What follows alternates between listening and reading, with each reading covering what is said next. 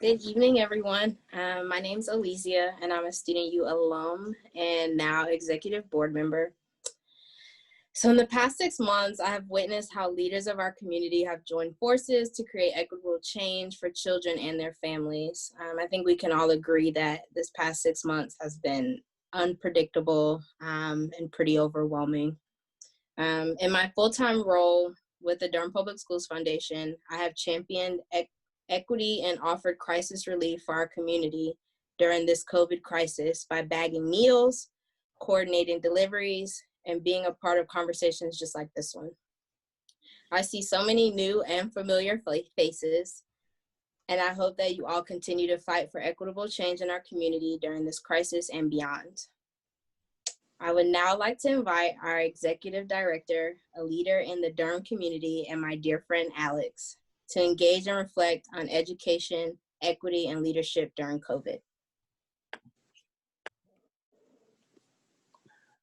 First of all, I want to say good evening to everyone. I know in this COVID world, every hour, every minute is precious, especially every minute, every hour that you're not on Zoom. So the fact that you are choosing, many of you are educators, to be with us, you have your own children, so you're supporting them with online education, to choose to be with us at 8 p.m., we do not take it lightly. I want to say on behalf of our 550 students that we have the honor and pleasure of working with, thank you. Deep gratitude for the way you have supported us even before this moment and in this incredibly challenging season. Our hope is that this is a conversation that I'm prepared to answer hard questions, because I know all of you. I looked at the list of who was coming and I was like, okay, the questions are going to be hard. Be ready to answer them.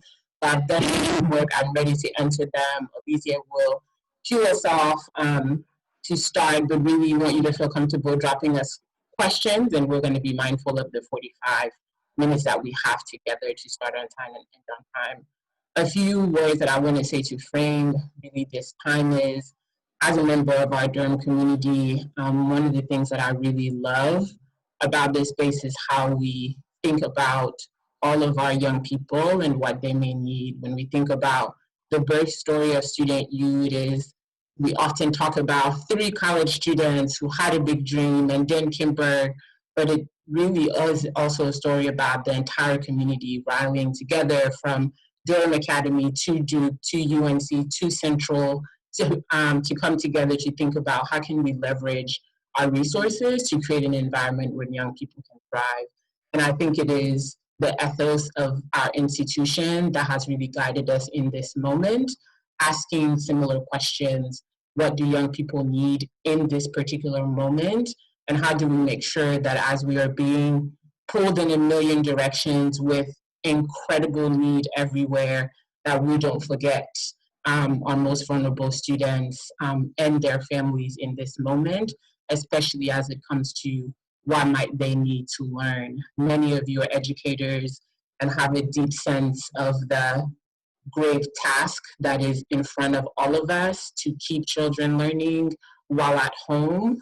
And we know that that is much harder for some of our students. Some statistics that have been helpful to me to move from anecdote to reality, to understanding the magnitude of what we're talking about. First of all, here in Durham, we have about 45,000 school-age children. That's an incredible amount of young people, right, that are taught in our community.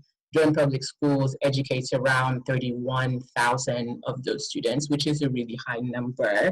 Students that I pay attention to, and we pay attention to at Student U, is what percentage of those students qualify for free and reduced lunch, and it's about 62% in Durham Public Schools.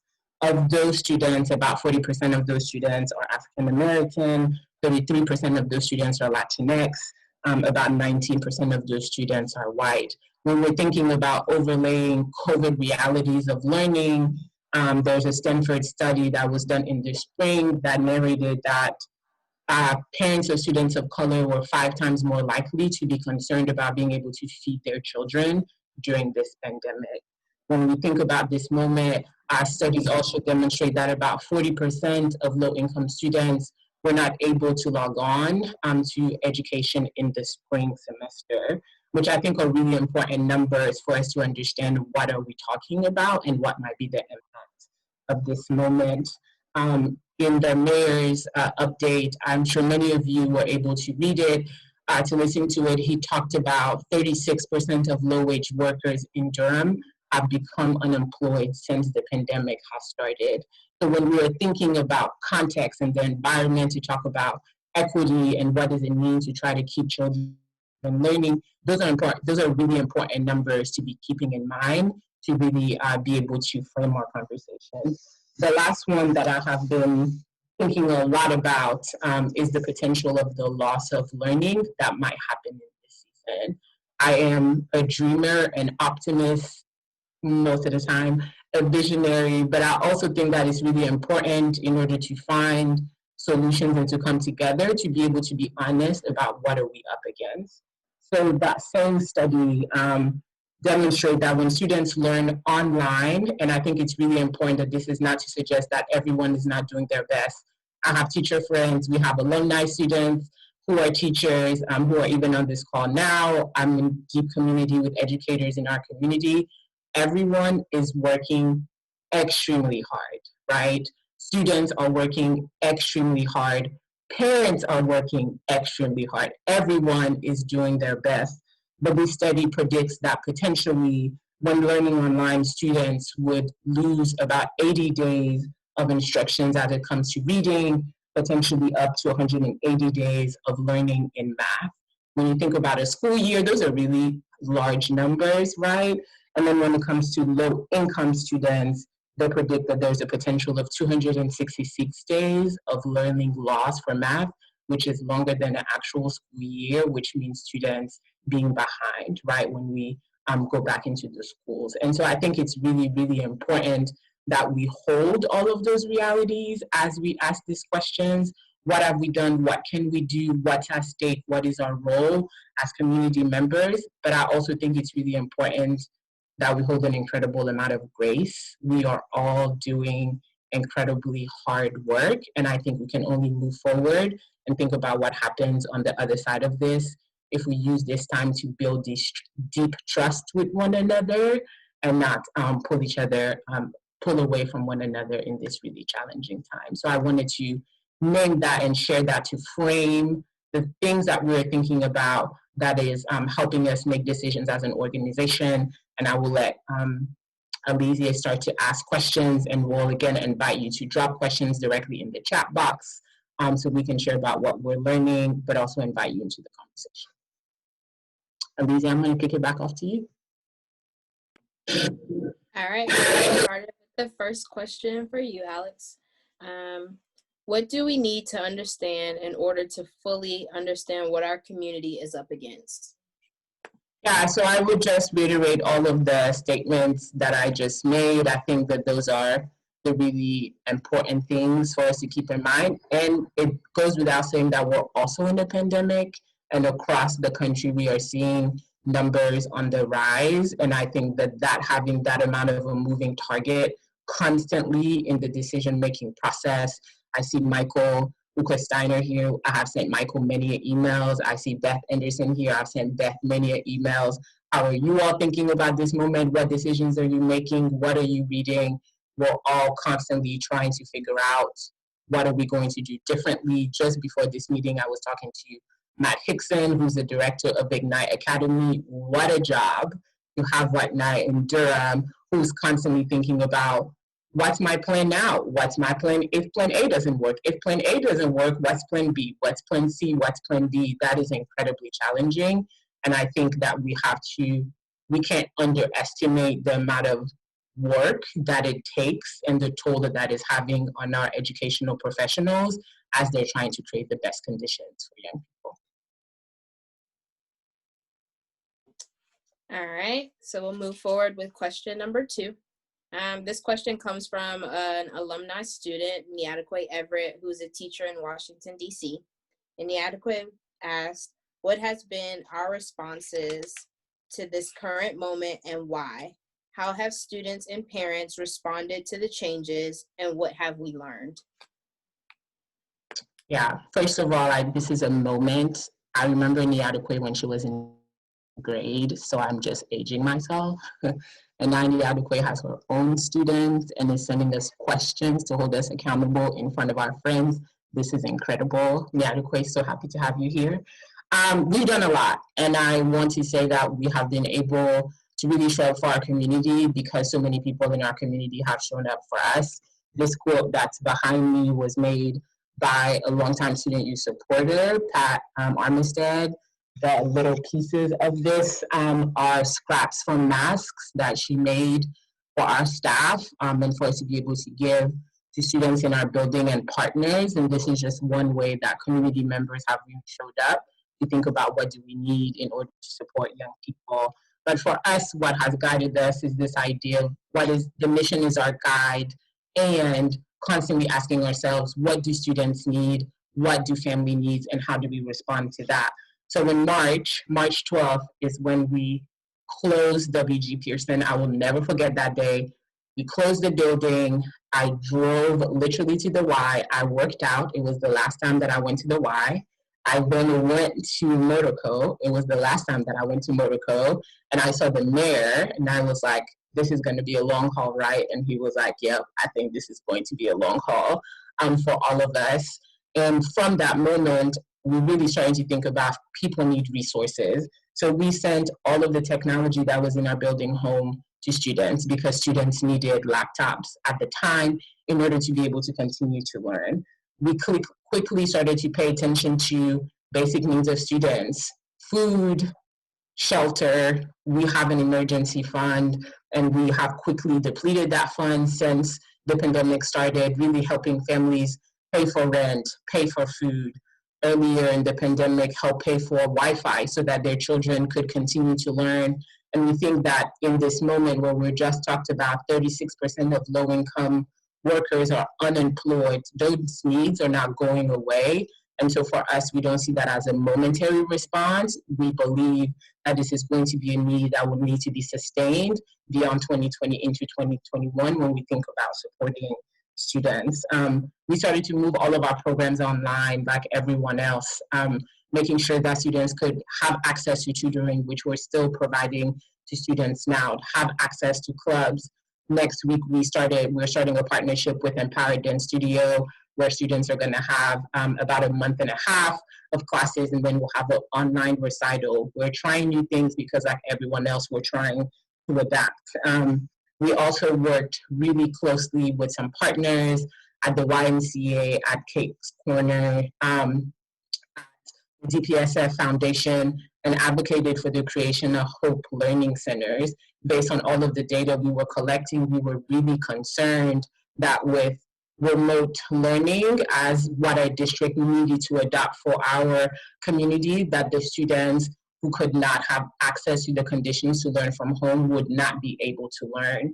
And so I wrote this op-ed. I think a number of you read the op-ed. I want to tell you that I honestly didn't think anybody would follow up and ask me my thoughts after I wrote that op-ed. I just wrote the op-ed, and then I was like, oh, when you write op-eds, people actually want to hear what you have to say. I'll be better prepared next time. So we wrote that op-ed and then starting to organize with others to really think about if we wanted to create conditions for children to learn, what would they need to look like? And then how do we finance that in the middle of a pandemic? And we could not have made that work without the support of our county commissioners who invested, and the city council invested collectively $750,000 that has enabled us to serve over 1,000 students. At the WG Pearson Center, the YMCA has 2 locations. Kate's Corner and Durham Public Schools also has 6 sites. And from what we know, the reality is it is very likely that we will need to continue to run Hope Centers for some percentage of our students for the entirety of the academic year this year, which is how we've been part of the work that we've been doing. We ran an online internship program, which was new for us, but I think what is really cool, they had a great ask about empowerment. We actually had some of our high school students work with our evaluations coordinator and use the summer to interview other high school students and middle school students and ask them about their experience of online learning in the spring. what worked, what didn't work, what would students desire for the fall. And we also use that information to shape our own programs. And so even in the middle of a pandemic, we want to be mindful of what can our students be learning and how can we give them tools that outlast this moment. We are doing clubs for our college students. Student U, again, we work with students from 6th grade through college graduation. So they're meeting in cluster meetings from all of their different schools and trying to keep them connected. What we've learned from our college students and what they shared is school might be harder for them right now. They feel like they have more work. And for those who are home, who are on their college campuses or are not at home, are juggling the reality of being a college student now in your home environment. And those who have younger siblings have also picked up some responsibilities of helping their students who are in K through 12 learn. So those are the ways that we have been adapting in this middle of the pandemic, and we've learned some things. One, everyone is tired. I feel like it is something that we need to keep saying because I think it's really important that we recognize again what do we have as a capacity for creativity. I think we're trying to be mindful of what is most critical. For example, what we've learned is after students have been online all day, they're less likely to want to opt into an additional online offering, and we have to honor that and be flexible around what therefore is most important for us to share with students. We want to also name that some of our students, very few percentage, but some students are having a better time. I was a person who really loved school. I can be a social butterfly, but there are some students for whom that doesn't really work. And they're enjoying the ability to be in their home environments and to be able to learn. And I think we have to be mindful not to miss that population of students and to consider what does reentry mean for those students and might there be alternatives potentially to how we keep moving forwards. All of our parents are most concerned about academics. As we continue to survey parents, there's a deep concern about, I don't think that my student is learning all I think they can or should be learning, and what are the long-term implications and how can I support them moving forward. And our high school students and even older middle school students also some of them have to both do their own education and be part of supporting their younger siblings as their parents are working. And I think that creates really challenging conditions for young people to learn. So those are the things that we are paying attention to as we ourselves are thinking about tweaking our own programming and what are the long-term implications of what we're learning.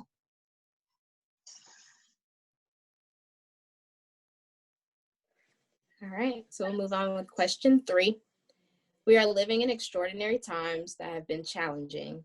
We have seen resistance, resilience, imagination from many parts of our community.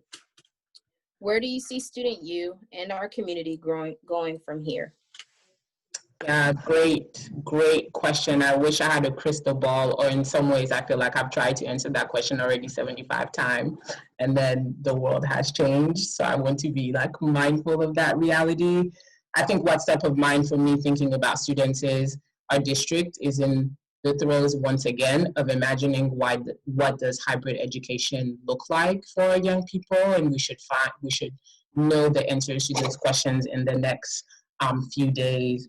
I think for me, as we are all paying attention to that proposal that will come from the district, the questions that I'm asking myself again is, how do we make sure as a community that our district has the resources it needs to be able to keep students, teachers, everyone who works in that space safe? And I think that's a collective effort that we can take on. I think the other question that I'm asking is, how are we making sure in a moment where we have to make hard choices, how can we hyper-focus on the students who might be most negatively impacted from this moment and ensuring that we can provide them the best conditions to learn? I think that's a really hard question, but those are the lens through which I am asking myself those questions. Our team is asking ourselves those questions, and we hope the community will be asking the question too. The next thing that I'm thinking about is, what is our long-term play? So I shared with you earlier all of this data and research that suggests potential deep learning loss that is currently happening And we have to, I think as a community, go beyond re-entry back into school buildings and really think about what is re-entry from this academic moment, from this social emotional moment that has been incredibly challenging for students. Do we need to think about our curriculums differently? What does cultural competency look like when students have been home for potentially a year and a half and have watched deep racial divides in our country? What are we thinking about school should look like as a result of that? Social emotional learning is so important and something that we can grow in. How we really collectively not settling for the goal is to go back to what school was like before. I think we all know, and as student youth supporters, you know that we believe that schools could have been better even before the pandemic. And so I think it's really important that we don't just rush to, if students are in our building, we're doing better. I think that's part. We understand that students would benefit from being in space with each other, but we can't lose the imagination to recognize that even then, that won't take us all the way to where we need to be based on both what was present before, but what is also happening in this moment. For us as Student U, we are starting to think about summer 2021. And one of our hopes is that we might be able to see all of our students safely, either at WG Pearson or at Durham Academy. And we're actually in the middle of completely flipping our own curriculum to be more academically driven, to be more focused on identity development, on agency, on race in our country, which feels really important to us, on social emotional learning, which will become embedded in our curriculum.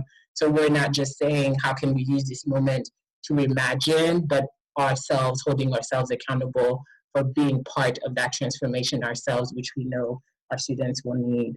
The next part for me that we should be thinking about as a community is when we hear that 36% of low-wage workers are now unemployed, we have to really think about what might be pathways in our communities to help people not only get employed again, but have jobs that will enable them to be more resilient for the next pandemic, right? And there's a lot of work happening in our community. There's the Rules Initiative that the county commissioners have invested in to help members in our communities have access to credentialing programs that might enable them to have access to the growing biopharma career field in our community that have better paying jobs. And I think that when we think about building a resilient community, what we do with young people and what we do for parents is deeply connected in order to build a more equitable Durham. So those are the things that we have started to think about and imagine for the next season beyond COVID.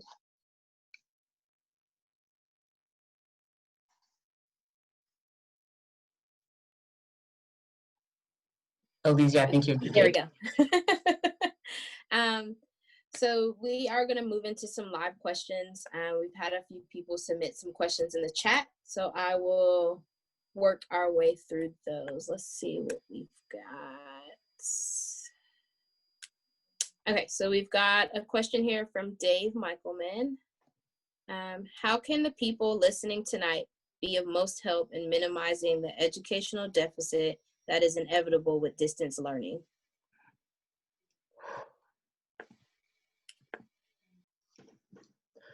Oh, I thought I had muted myself while I was taking that deep breath, but you all heard it. What a question. I mean, I think that so many of you are doing the things that are helpful. I think one, I really, really do believe in being engaged in the decisions that our school board is making and advocating for what we know is in the best interest of students. And I think that that takes a deep amount of listening to who's being most negatively impacted now, understanding what they are saying they need, and being amplifying voices to our school board members, to our elected officials who need to hear from us. I really do think this moment of COVID is the first time that in my 11 years as Student U, in our 13 years of being in the community, that we took a position on an issue of policy and saying we are concerned that this policy will negatively impact not just our 550 students, but all students in our community, and partnering with other organizations to advocate to have a solution that impacts 1,000 students. And I really think that we all have to start there. I think the other is once our schools start to reopen, I think the questions of where we are sending our children to school and how we creating conditions where all students have the access to most resources is really important. And before COVID, our district was at the beginning phase of a conversation around redistricting, which will be a conversation that will be happening again. And I think that that is really important. And I think the last thing is we know that many students will experience some amount of learning loss. And so I think summertime opportunities, they're really important to start to imagine and creating conditions where students who have been impacted by that can have the opportunities to have access to the programs, whether it's Student U or other places, where they can get some support in catching up and some sustaining support throughout their academic years. All right, so we got another question. Our students are our future. How has Student U used this pandemic to empower students to become leaders in their communities? Yeah, great question. So I tried to share the internship program as an example of us really thinking about moving students from just receivers of what is happening, but allowing and creating opportunities for them to themselves learn about what is happening and to be part of finding solutions, which we think is really important. Another thing that we have done that is not student focused, but focused actually on parents of our students is we've had the opportunities to hire 2 people in our community to help families have access to resources and learn more about how to keep themselves and their families safe from COVID. And we were actually able to hire 2 parents to be able to do that work, which for us is really important because we think both our parents and our students are the people who are closest to the action and know what we can do differently, and we want to continue to empower them.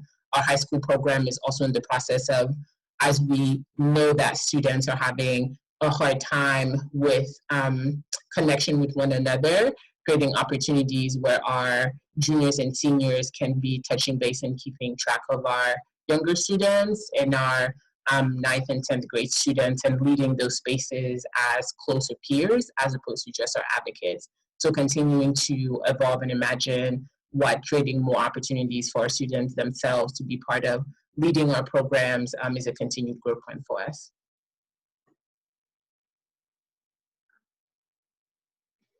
All right, so we've got another live question. So this question is from Kristen Clausen.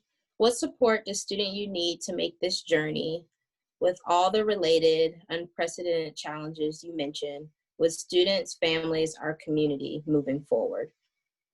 Yeah, I appreciate that question, Kristen. I think that now more than ever, time, talents, and treasures are certainly what the institution needs in order to continue to do the work that we have done.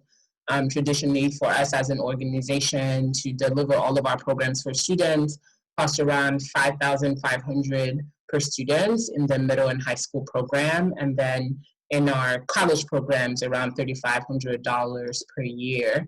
In this COVID realities, we're adding on top of that, trying to continue to fund our emergency fund, which typically has around $14,000 in it, but again, has been overly used this year and we think will continue to be used. So supporting that, running a learning center, which we have done starting September 18th, and we have generous support from the county and the city to support us through the end of the first semester, costs us about $200 per student per week. And so when we're starting to imagine needing to have that program until the end of the academic year, those are additional resources that the institution needs. There are other ways outside of the financial resources, the time, the talent, the time. So a lot of our programs use tutors who are meeting with our students on different time slots. So if you have the time, we would love to have you come and tutor with us. We just had another gardening day because we are continuing to expand our garden so that our students who are both in our learning centers, and other students who might start to gather in smaller groups can use our learning center. We had you alums run a campaign for us and raise money so that we can build a gazebo on our property so we can do more work outside. And that is in the process, will start getting built soon. So time, talent, treasure. And I think the last thing that I would say, to journey well with Student U is also journey well with our community. I think it's really important for us to all be abreast of what's happening in Durham. I think members of my team think that my part-time job is listening to all of the elected official body meetings, but I listen and watch city council meetings and watch county commissioner meetings and watch school board meetings, because I think it's really important to understand what are the conditions in which people are living and what decisions our policymakers are making, and how are we ensuring that we are amplifying the voices of our students and their families in all of those spaces. So I encourage you to stay engaged and to send emails, to send letters, to watch and to say, oh, I'm interested about this decision. May we talk about this? I think that's really, really important, because the more they hear from all of us on behalf of students and families that we are most concerned about, the better we'll be at imagining and making decisions that we all believe move us towards equity.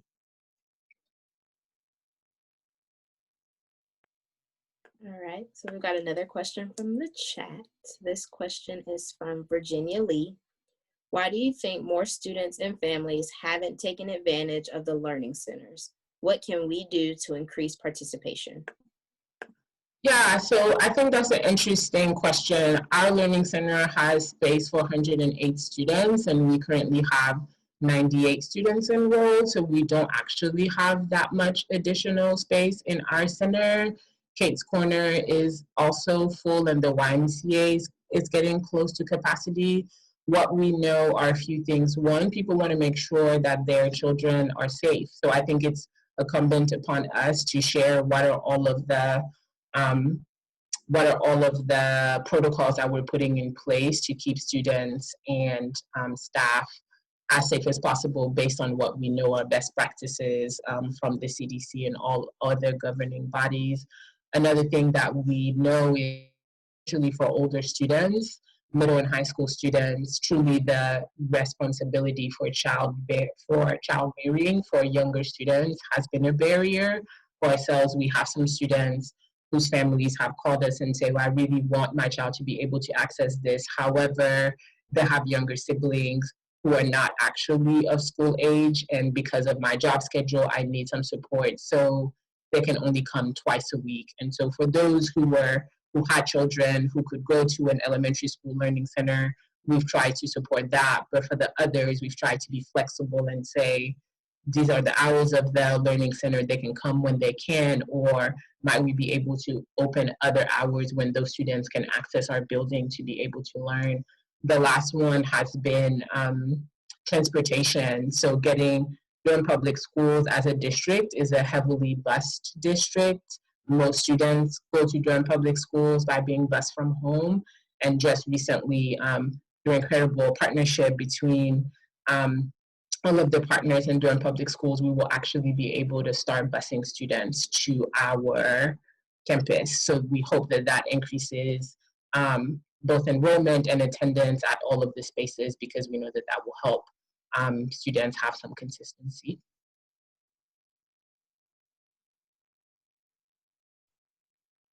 All right, we've got one more question. This question is from Adrian Tucker. Student U's approach to parent engagement and support is top-notch. How can that culture be enabled/encouraged in Durham Public Schools and other schools in need? Yeah, hi, Mr. Adrian. Good to see you. I think that one of the things that we have tried to do well as an organization, and is actually one of our growth points, is to teach what we do at Student U with other entities. I think fundamentally, we've always said and believe that parents are our best allies, know their children best, and are here to partner with us so that they can make the dreams that they have for their children come true. I think we have the opportunity, because our model is small, to be able to go deep with students, right? When we talk about Niadokwe, I've known Niadokwe since 7th grade. I know her siblings, I know her parents, I know all of her advocates. It is one of the ways that we're able to provide that top-notch family support, is that we see students for a really long time.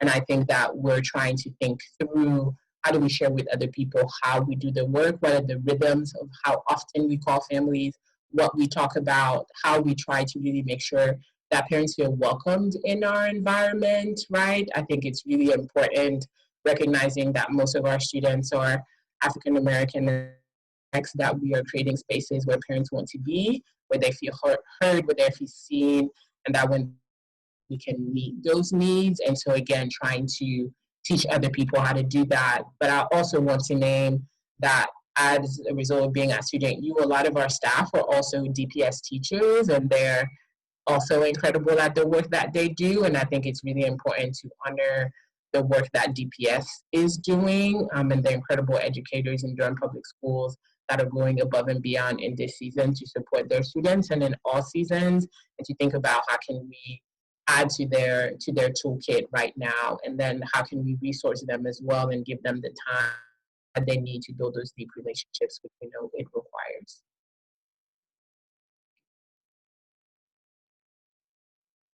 I want to say on behalf of our students and again our team, we're really grateful for the incredible support we've gotten from the Durham community in this moment. One of the questions that I get asked often is, what keeps you up at night, and what keeps you gives you hope and motivation to continue to do this work.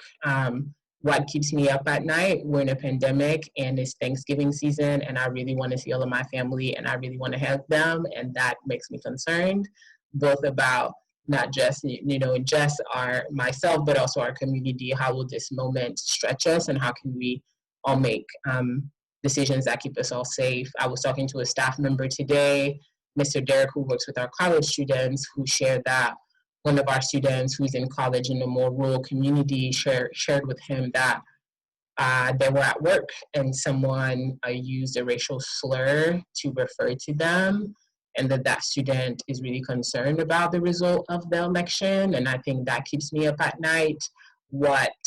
How will our communities respond to that moment, and how will we keep the people that we hold dear safe in this moment directly after the election, and for the long haul? In 2016, the day after the election was really, really hard for our community, for our students. And so we are thinking about that. I'm thinking about the rest of the academic year, and how do we make sure young people are learning, but also how can we be mindful of the adults who are taking care of them?